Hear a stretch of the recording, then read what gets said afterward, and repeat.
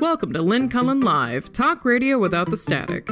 Email your questions and comments to Lynn at pghcitypaper.com. And now your host, Lynn Cullen. Hey, here we are again. Fancy that. It's August 5. Why I said that instead of 5th, I don't know. But I'm looking at that number. It's August 5th, 2021. And I don't know. I don't even want to talk about COVID today.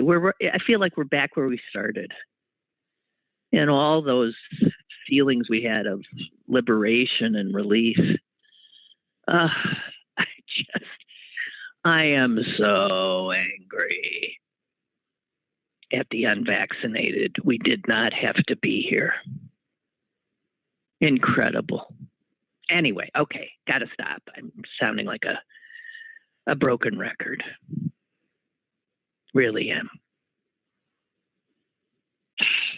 So, speaking of that, I said I didn't want to talk about the COVID, and yet I completely forgot that the first story I want to talk to you about is, well, it's COVID related, but it's local, and it's the fact that Allegheny County, which has, moved into the substantial spread category, where you don't want to be, weeks ago ordered, with just 2 weeks' notice, all of its county employees back to work as it used to be, in person. And pretty much, I mean, this is for a workforce that had been, like so many others, working from home for their own safety, for the safety of others. And it turned out the county was still capable of functioning, and functioning during a true public health emergency. And then, according to certain accounts, in an email sent July 12, which is about 3 weeks ago, the county manager, I don't know why I completely forgot there's a county manager. I think, of the county, and then I think County Executive Rich Fitzgerald. But I guess the county manager handles a lot of the stuff. And this guy named William McCain sent out an email that said to every employee, you will be required to return to full-time in-person work on July 26th. And that gave people 2 weeks to make arrangements to go back to a life that they had not been living for a year and a half. And of course, for people who are parents of small children, that meant acquiring some kind of childcare. It was extremely disrupting and ridiculous that they were given 2 weeks' notice. Not only that, but why? And it struck me as particularly weird because when President Biden, was it earlier this week, suggested that flat out said that he was going to order all federal employees to either be vaccinated when they come back to in-person work, or they would be forced to take very frequent COVID-19 tests. And I recall that our county executive, Rich Fitzgerald, came out in a news conference and he praised President Biden for requiring federal employees to be vaccinated. By the way, there is no such requirement for these county employees. So imagine being ordered back to work, no excuses, in a workplace where you cannot be assured that you are not working cheek to jowl with somebody who is not vaccinated. So it seems just so bizarre to me that Fitzgerald was saying, yeah, Biden, that's absolutely the right thing to do. And he, with the power to do the same thing in a much smaller scale, just his county, doesn't follow suit. And so Allegheny County's return to work order includes no vaccine mandate, no testing, nothing. And this, as I said, 1 week after these poor folks have to go back to work, Allegheny County gets moved up into the substantial transmission category.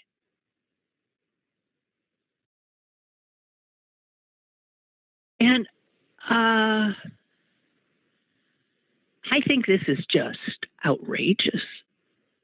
If I worked for the county and I had small children at home that are not vaccinated, and my job would require me to go to a crowded, everybody's back in their own little cubicles like nothing ever happened, I think that's insane.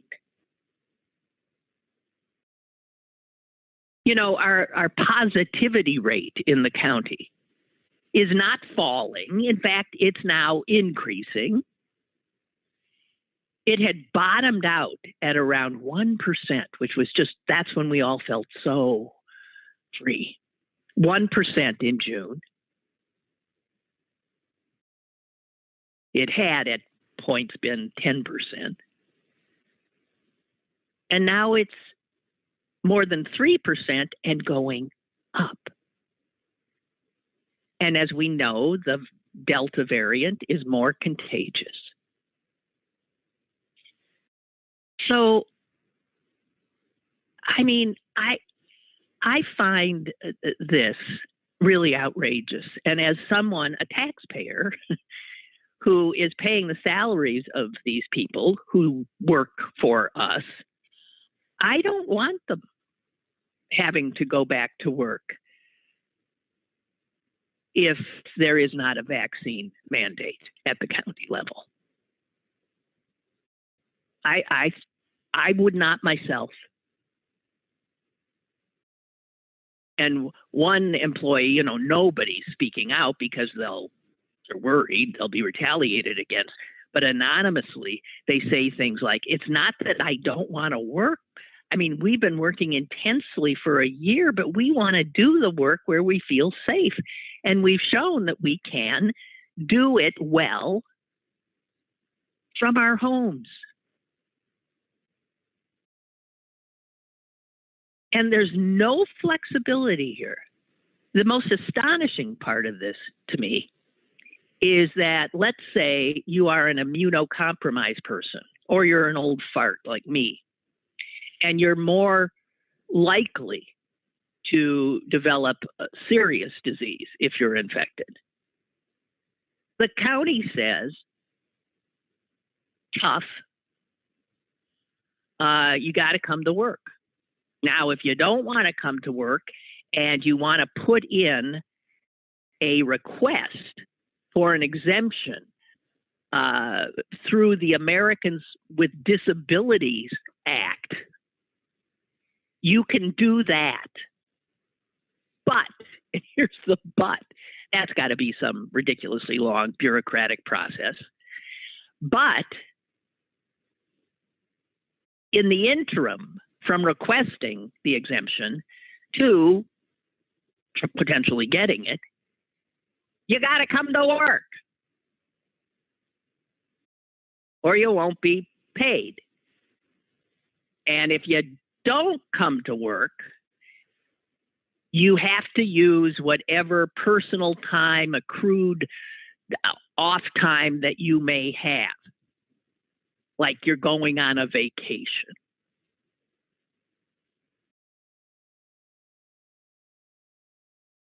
And some people don't have that time.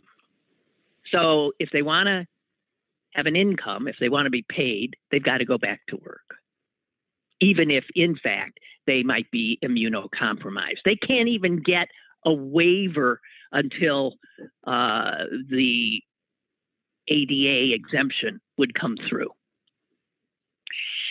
This just strikes me as so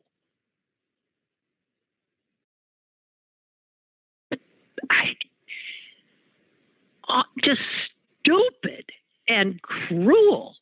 And I wouldn't want to work for an employer like that. That's an employer who's not valuing the security and safety of his employees.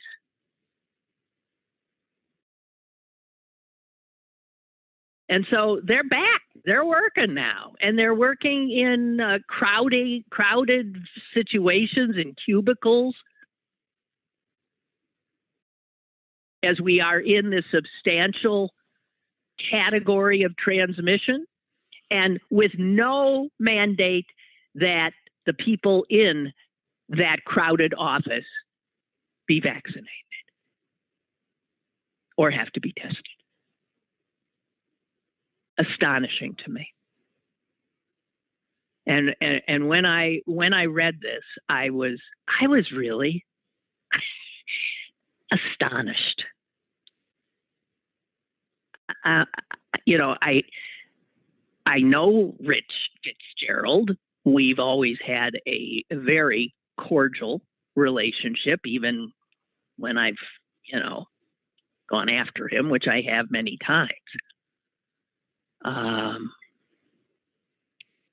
But I just find this extraordinarily wrong. And I hope there is more pushback to it for the sake of county employees. Really astonished. All right, so I wanted to say that, and now I'm going to try to move away from COVID stuff. Oh God, Bree, I don't want to hear about Bree. I don't know about those things. And he says, I see many events in Pittsburgh are still going on. Bree's in Malaysia, as you know.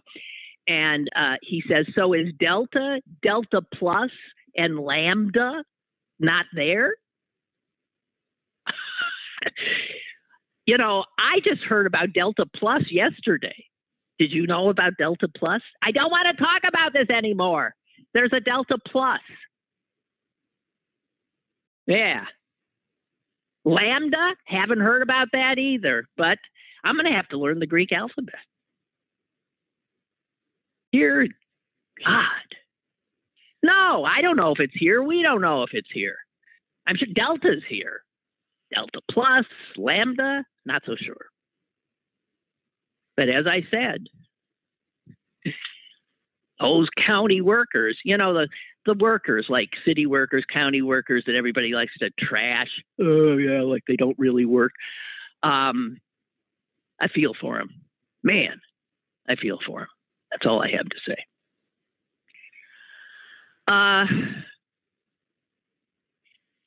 In regard to my acknowledging something that you all obviously know if you've listened to me over the years, I swear a lot. And I explained when that happened to me.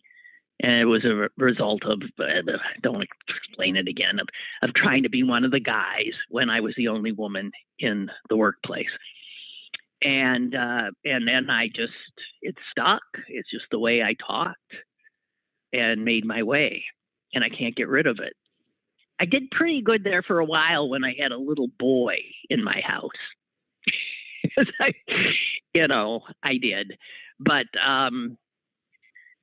as soon as I knew that he was aware of all these swear words and, in fact, heard them on the playground, I immediately relaxed back into my, potty mouth language. And I want to thank Barbara for sending me this from John McWhorter, the linguist, whose book, 9 Nasty Words, including the N-word, and he is a black man, is a very interesting read. I haven't read the whole thing, but I've read parts of it. And in it, he says that profanity is essential. Let us hope neither permissiveness nor Puritanism emasculates the language's nastier bits. Because even in a society which tells itself the half-truth that it treasures free speech, there are, indeed must be, words that are beyond the pale, words that can shock, thrill, or shame. So I'm just saying, I got McWhorter on my side, and I thank you, Barbara, for that. Truly, I read a story today that I found so horrific that I would like to share it with you, so you could hear this horror story too. Why should I be the only one thinking about this poor soul to whom this happened? I think it was in the Washington Post, if you care to read the whole thing.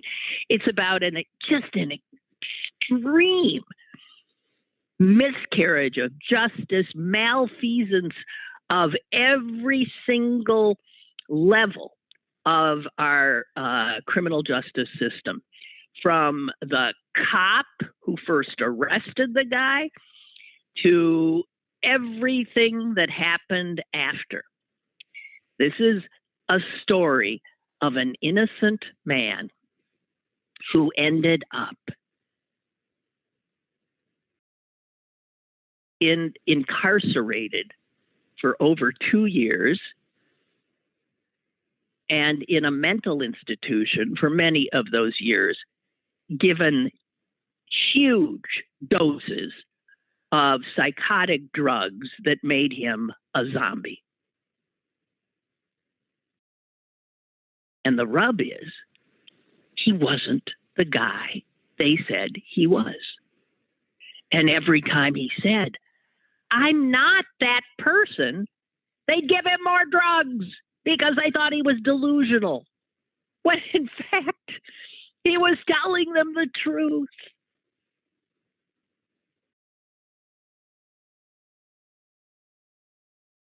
He's got a name that I fear to attempt, but I'll do it. His name, he really is a guy named Joshua Spreisterbach. And Joshua had a rough time of it in his life. He did have some mental health problems. And he was, in fact, homeless at the time he was arrested. He had fallen asleep on a sidewalk in Honolulu, outside a homeless shelter. And he was awakened by a cop who told him that he was under arrest. His crime was violating Honolulu's ban on lying down in a public place. Now I could go off on that. Did you know? I mean, you can't lie down in a public place? Tell that to people in a park, lying down in the grass and enjoying it. Now, this is just one of those things that's intended to harass people who are already living in appalling conditions. And it turns out that that's what he thought he was being arrested for. But it wasn't what he was being arrested for. The cop said that he was a guy named Thomas Castleberry, and there was an arrest warrant out for him for violating parole in a drug case.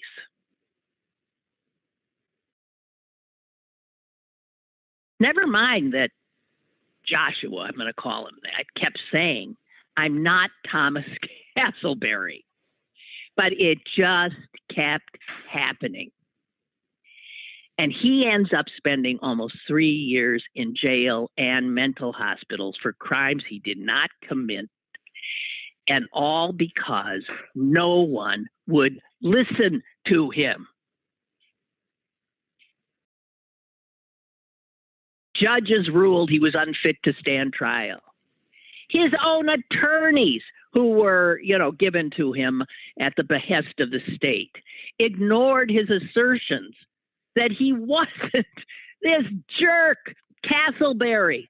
Now stop and think of how easily it would be to check this out. Right? Did anyone look at a picture of this Castleberry? Because they had it. He had to have mugshots. They even took this guy, the poor soul's fingerprints, never looked if they matched the fingerprints of the guy they thought they had. I mean, at every level, no one would listen to him. And from the beginning, when he's found on the sidewalk, he tells the cop, no, my name's not Castleberry. My name is...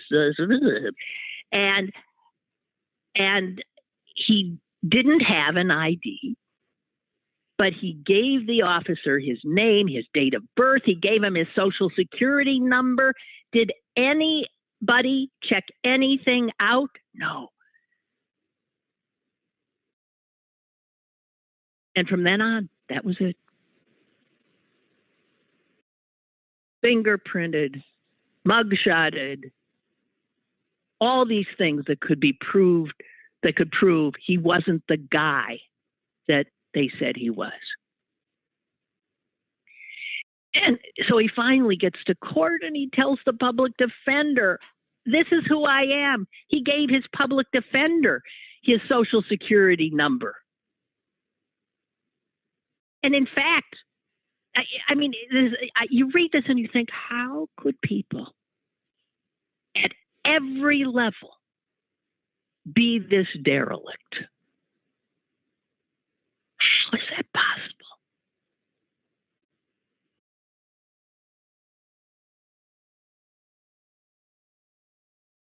The guy who was supposedly defending him asked the judge to give this guy, his client, a mental, health review. Never checked to see who this guy he was representing was. And he ends up being transferred to a state mental institution where, again, no one would listen to a word he said. He kept giving his name, his date of birth, his social security number. They kept calling him Mr. Castleberry, and he kept saying, I'm not. And he was forced into drug sessions for rehab because Castleberry had been a drug user. This poor soul had no history of abusing drugs. And because he kept speaking out, he was judged to be problematic. And that's when they started just infusing antipsychotic meds into him.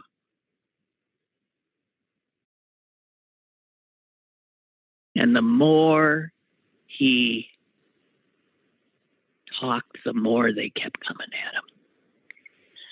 You wonder, every time we hear of a case like this, we know that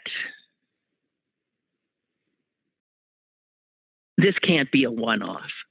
I mean, the details of stories might change, but these nightmares have got to happen many times.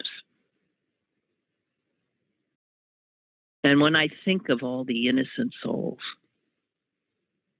that have been swept up like this and trapped, I mean, my heart just breaks.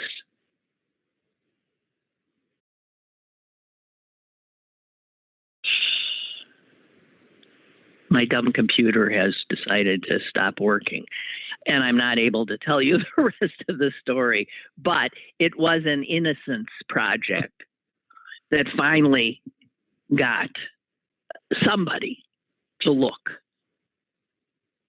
And it took no time at all. Within an hour, within 20 minutes, you could have proven his innocence. You could also have looked up Castleberry, the guy they thought they had, and you could have found out that he was at that time sitting in a jail in Alaska and had been for years.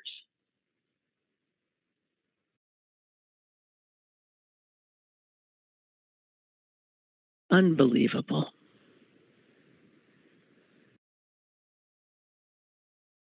He ended up, he was released, but he's not in good shape. Not in good shape. And his sister is caring for him somewhere in New Hampshire. But she says he's like, when he came back to her, he was like staring into space. This is like such malfeasance. And as far as I know, I don't know, there's a lawsuit against these people, but these lawsuits rarely go anywhere. And there are many states, and I think Pennsylvania is one, that can do this to somebody, and that person, once let go, is given no monetary compensation, maybe a little, mumbled apology, and they're sent out the door. And in other states, at least, there is an effort to compensate monetarily.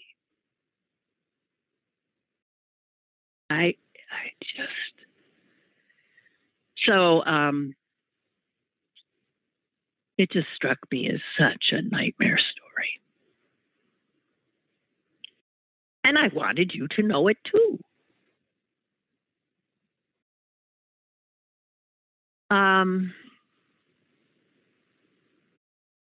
What else do I have here? Oh, yesterday I told you that Tucker Carlson, I thought, was in Hungary doing a show. Well, I learned more.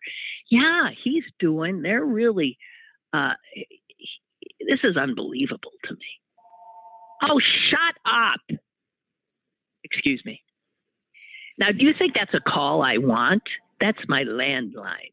I assume you can hear it. I rarely, why do I have that landline?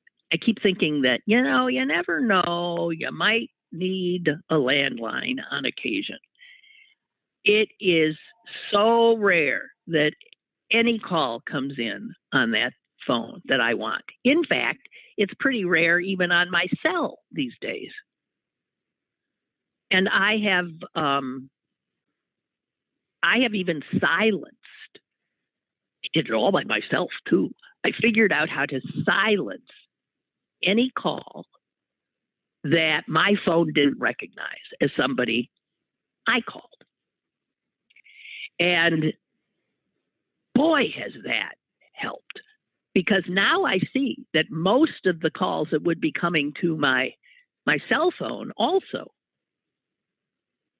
are these calls you don't want.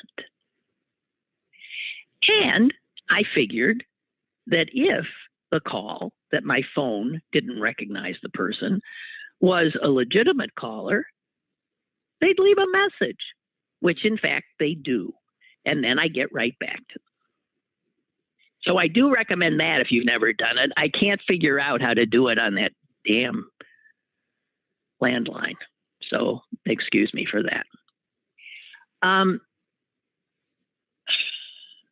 was talking about Tucker Carlson.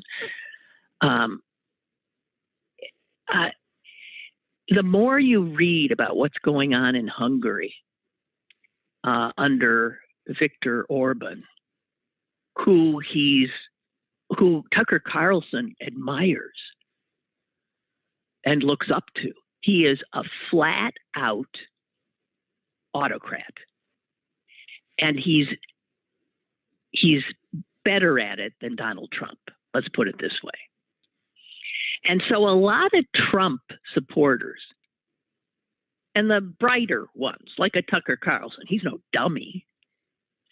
He looks to what Viktor Orban has done in Hungary as a lesson of how somebody less buffoonish than a Donald Trump could do to the United States what Viktor Orban has done to Hungary. And the fact that Fox News is holding Orban and Hungary up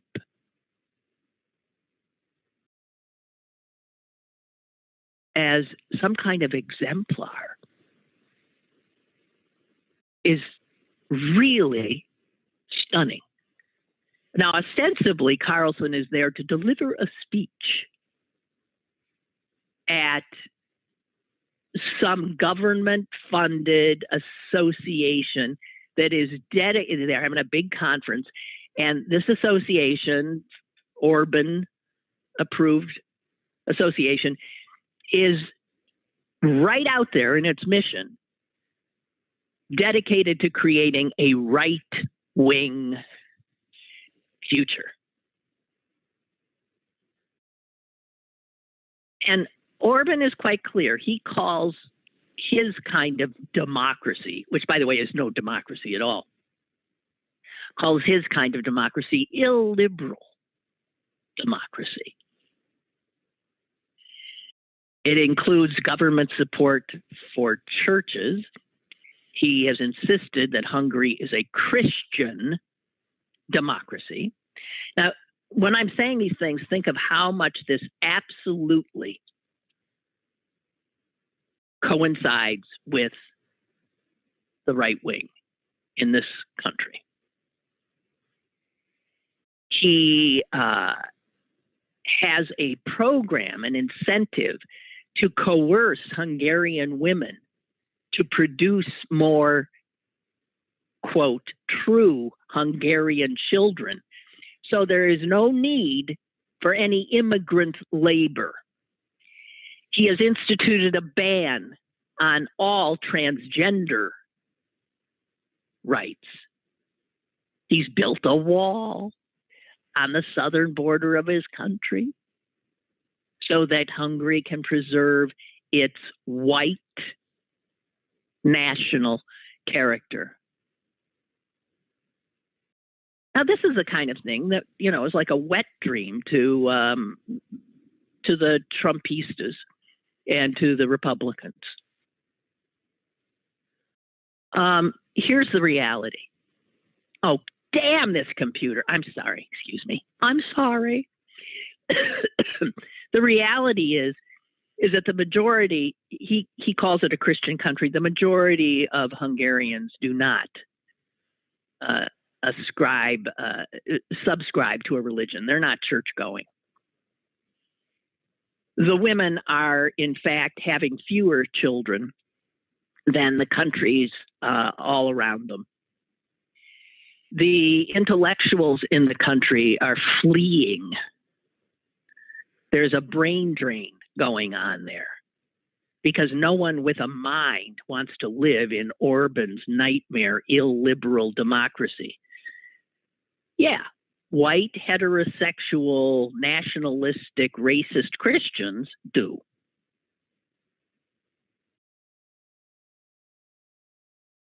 But stop and think of how many people in our country think this should be a Christian democracy. It's just astonishing. And I'm sorry, my computer is not letting me get to what I want to get to. I hate this thing. Will somebody tell me to go and get a new one? Or okay, can't. Sorry. God dang it. The web page, the web page and one other page are not responding, it's telling me.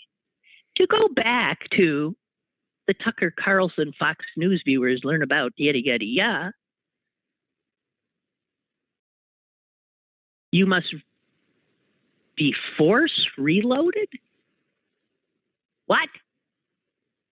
Must I gotta forcibly? What does that mean? Lynn Cullen show at gmail.com must be force reloaded. What the hell does that mean? It sounds violent. Okay, I'm going to try to. I hate this world. I can't. I think I did it. Okay, so forgive me. Okay, let me just get a few more facts here, because I mean, it's so scary that we have these Orbanists in really powerful positions, and they're polluting people's minds, and God almighty. Here's what he did, and okay, this is what I wanted to get to.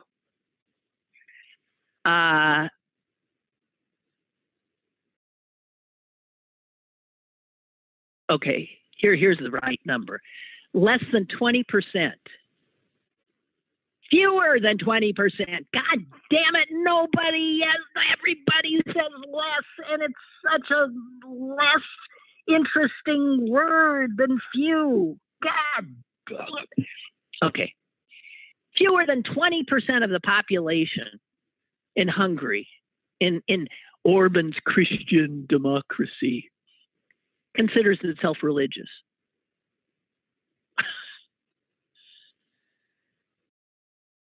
And then there is how he made sure that he would be reelected. And this should give you pause. Because when Orban got into power, there was a lot of institutions, I'm thinking universities and media, that were in opposition to him. Sort of like the way the political landscape looks in our country now.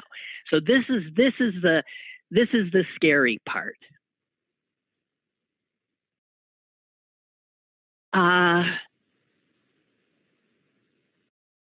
He made clear that he was going to succeed in his reelection effort. And the way he did it was exactly what you're seeing the Republicans attempting to do here.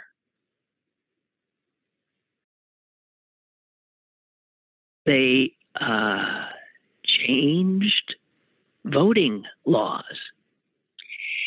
He packed the courts. The courts and the fact that people were disenfranchised. And he literally shut down any media that were not on his side. And he was able to do it because of the court packing that he had indulged in.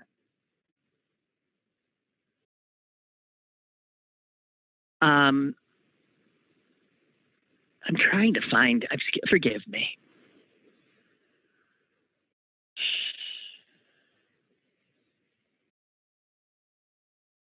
And this piece on Orban says that his main accomplishment, if you look at it how Tucker Carlson would look in awe at him, is his ability to create a list of cultural grievances that then inform everything he sells or pushes through to his people. And so he has created the kind of modern, supposedly democratic autocracy that many, and let's say the Republican Party, clearly seems to want here as well. He has made it almost impossible for any other party to win an election.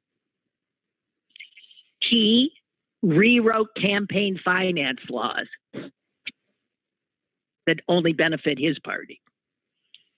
As I said, he packed the courts and the election bureaucracy, which you see the Republicans trying to do at the state and local levels now. He used gerrymandering as well, and he did somehow, and this does not go into how he did it, but I remember over the last few years reading about it. He shut down the media. And the effect is that it's essentially a dictator in his so-called Christian democracy, where only 20% of the population would call themselves religious. And it is not a democracy. And the fact that Fox News and Tucker Carlson are there now and learning from him and lauding him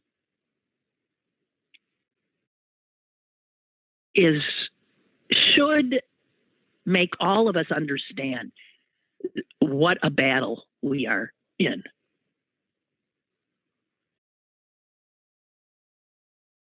A piece I'm looking at here, let me see, I'll let you know who wrote this. This is in Salon, and it's Heather Parton. And I'll just give you this last paragraph.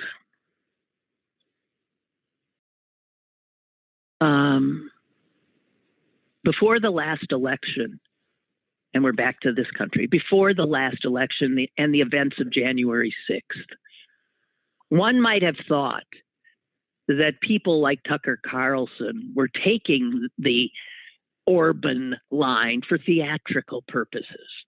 After all, it's pretty much just repurposed American conservative movement strategy jazzed up as 21st century right-wing populism. But after witnessing Tucker Carlson and Fox's reaction to Trump's big lie and the events of January 6th, it's clear there's something much more insidious going on.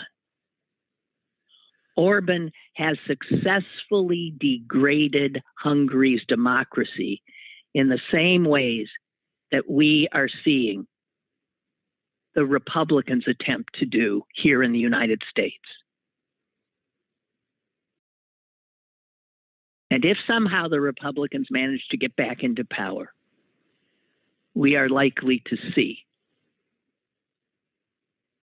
an attempt to do in this country what Viktor Orban has done to Hungary. That's how high the stakes are. I have a caller. Hello there.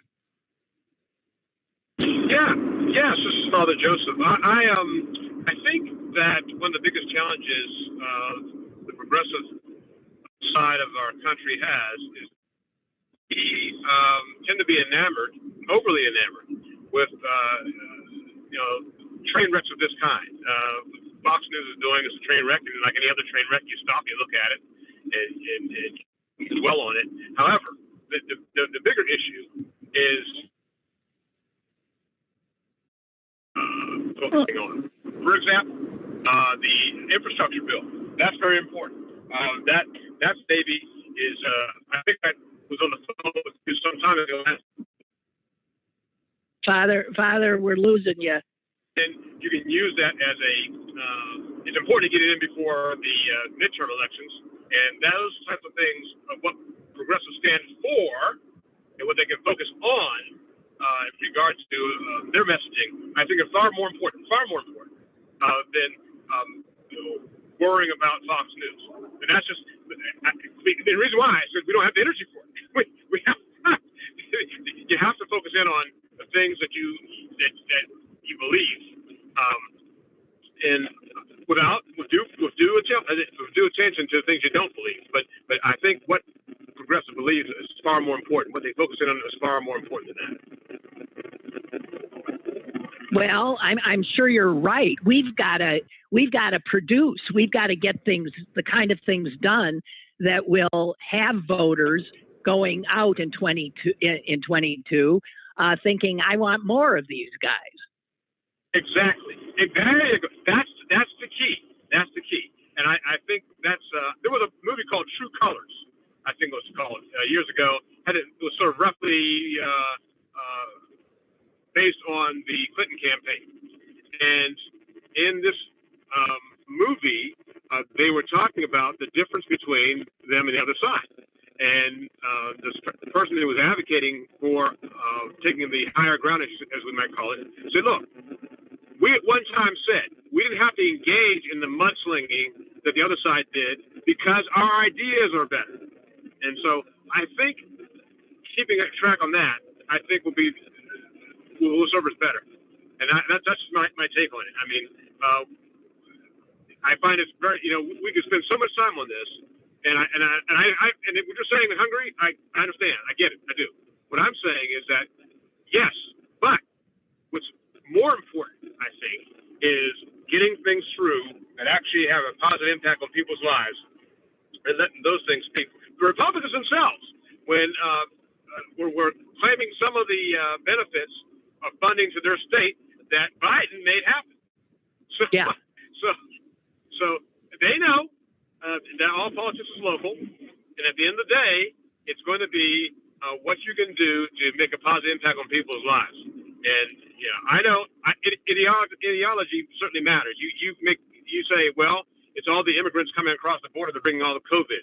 You can make a claim like that, but if you are being proactive in doing some other things to make people's lives better, that may help swing those independents, which we really need. But the other thing is that people need to know that it is the Democrats that are doing this, despite, Republican recalcitrance. So I'm wondering, people are getting these checks now, the child credits. They're getting money in their pockets.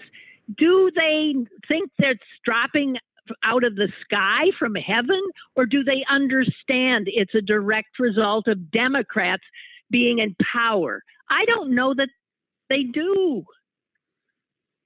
Right. So this is why Trump was so adamant about getting his signature on checks. Remember, he made he insisted that he understands that. When it comes to working the crowd, the guy's no fool.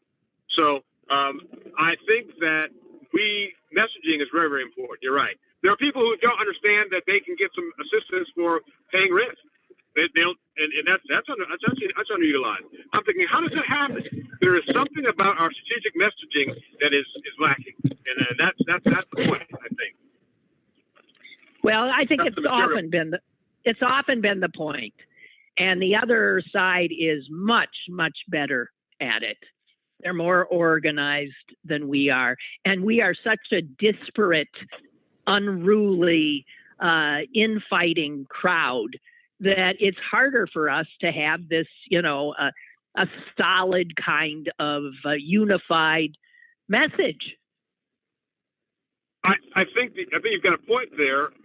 For example, the defund the police thing. I think you've been better off saying defund the police. It'd been better to say social services or something like that. In other words, it's not what you're not going to do; it's what you're going to do that I think will make a bigger difference. So, it's self-inflicted wounds like that can be maddening and disheartening. We excel at that. And the defund the police thing came, from these impassioned young people who were in the streets after George Floyd's murder. And I understand their passion, and they did a wondrous thing in their coming out and doing what they did. But that was a big mistake. And media, of course, just happily picked up on it as if every Democrat agreed with it, when the vast majority of Democrats said defund the police. I don't think so. Let me give you an example of how progressive has done that well, but it was a tough lesson learned. Years ago, when people who were undocumented persons in this country were trying to advocate for some way of becoming citizens, I remember a big rally, a big parade they had. And what they did was they made the mistake of carrying the flags of their home countries. That's right. But they made that mistake once. The next time they were out there, they were carrying the American flag, talking about how much they appreciate the country, that type of thing. They learned the hard way. And I guess somewhere along the line, we're going to have to learn the hard way and find out it's our messaging. But they changed their message. So I think, those types of things are important. The gay community, one of the things they focused in on was safety and fairness. Their campaign was going to be focused on safety and fairness in order to get the right to marry and those types of things. That was that, and once they changed, at one time they had a different approach to it, and they said, you know what, we need to hone this down to something that people can resonate with. Safety and fairness, and that's what they focused in on, and that helped immensely. Yeah, I hear you. It's nice to hear you. I actually was thinking about you this morning, thinking, I wonder if Father Joseph's around, because we haven't heard from you. It's nice to hear you. I'm glad to hear it. All righty. Take care. Okay. Bye-bye. Bye. For those of you who don't maybe know Father Joseph, he is retired military, also a priest from the Orthodox order, which is to say that he is able to marry, and his two sons are now in the Coast Guard, and he met President Biden at his son's graduation recently. And he was a chaplain in the U.S. Air Force for a long, long time and rose in the ranks. And we're lucky to have him in our audience. Speaking of, I just want to get a few things in here. I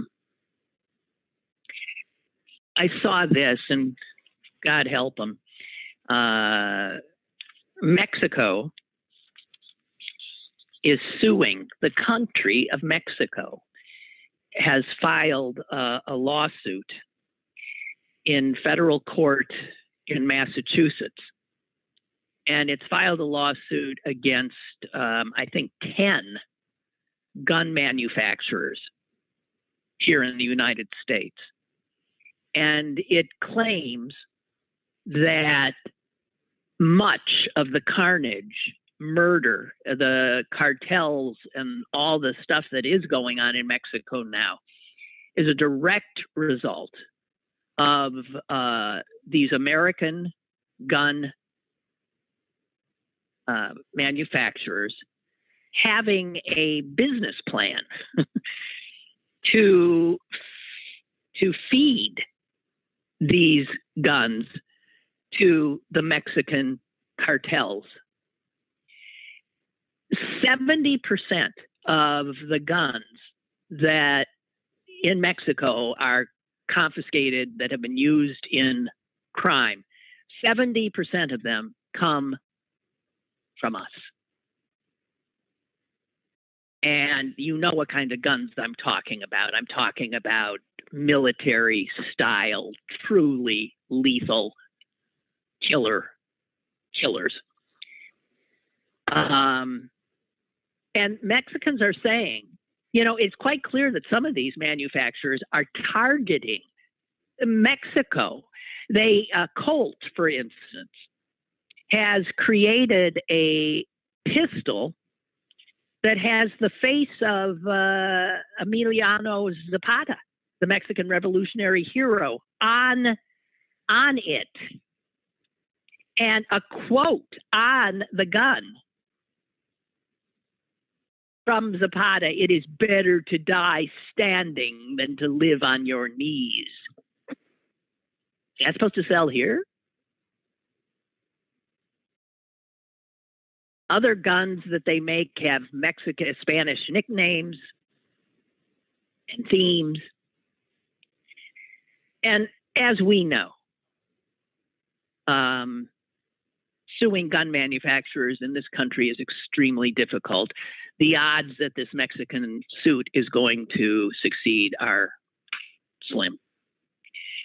But they're following on, and I don't know if you've paid any attention to another longstanding suit from some of the parents of Sandy Hook, who have been doggedly after the Remington, because it's Remington who created the gun that I can't think of his name, and who cares, that killed all those kids. And they have continued this suit year after year after year. It's still alive. And just a few weeks ago, Remington actually attempted to settle with these families. They offered $33 million to them. And the families said, stuff it, because they don't want money. They want to change the barrier that is keeping these gun manufacturers, and we want to thank the Republicans for this, from ever really being held responsible for the death that they cause.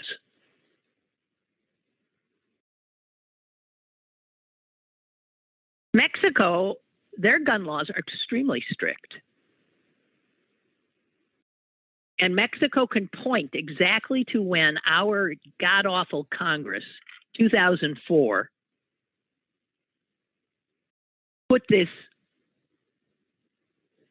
got rid of the ban on assault weapons that we had. Because it was then that all hell broke loose. And the gun manufacturers here went berserk, increased production, particularly of the assault weaponry. And Mexico started to see an immediate uptick in violence and death. Just saying, stuff, you might not note, but I find important to keep track of. Barbara says, Moderna is now saying a booster shot is likely needed before the winter, even though they say they don't have the same drop-off in efficacy as the Pfizer does. And as you know, the World Health Organization has said for Americans to start getting a third shot when the vast majority of the world has not even had its first is disgusting. That's not what they said, but it is. And you know what? I want a third shot. I got Pfizer. I know it's not working as well as it was when I got it because it's been 6 months. I want it. And yet I know that ethically, morally, I sure as hell don't deserve it. And that shot I want should go into the arm of somebody in a country that doesn't have access. But you see how the survival instinct can really wipe out your moral core. And you just say, I don't care. I want it. And I hear that in myself now. And I decry it. And I know that the World Health Organization is correct. And we Americans are no more deserving than some soul living in another part of the world. Luck that we're born into a wealthy country. Luck, not virtue. Oy. So anyway, that's it. Mask up, guys. I had to go to the gym yesterday, work out, and I had a mask on. I work in a gym where there's all 2 people in it when I'm there. Everybody's vaccinated, and we all had masks on again. And again, I want to thank you fucking, there it is, you fucking COVIDiots for putting all of us at risk again. And our children again. You fools. You self-centered fools. I'm sorry. God help me. Okay, I'm sorry. That's not a very nice way to end. But have a wonderful weekend because mine starts now. Toodaloo.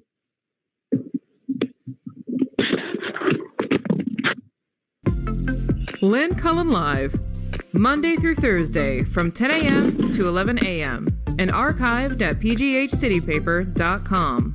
The opinions expressed on Lynn Cullen Live are those of the host and do not necessarily reflect the viewpoints of Pittsburgh City Paper or its advertisers.